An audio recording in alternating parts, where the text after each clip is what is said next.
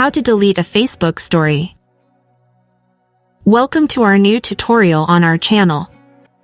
Today, we have prepared a tutorial for you on how to delete your Facebook story in 2 ways. If you don't want your story to last 24 hours or you don't like how it looks after posting, this is the video for you. Let's get right to the process. Open the Facebook app on your phone. Then open your story by clicking on your story. Click on the 3 dots in the upper right corner.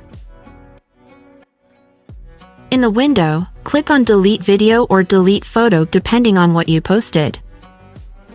A new window will appear suggesting that you archive the video or photo before deleting if you don't want to lose them. If you don't want that, confirm the deletion once more by clicking on Delete. I won't delete my story because I will show you another way to delete your Facebook story. Go to your profile by clicking on the profile icon in the upper left corner. Then click on the profile icon. In the window, press View Story. And here the process is the same as in the previous method. Click on the 3 dots in the upper right corner. Then press Delete Video or Delete Photo. And press Delete once more. And your stories will be gone.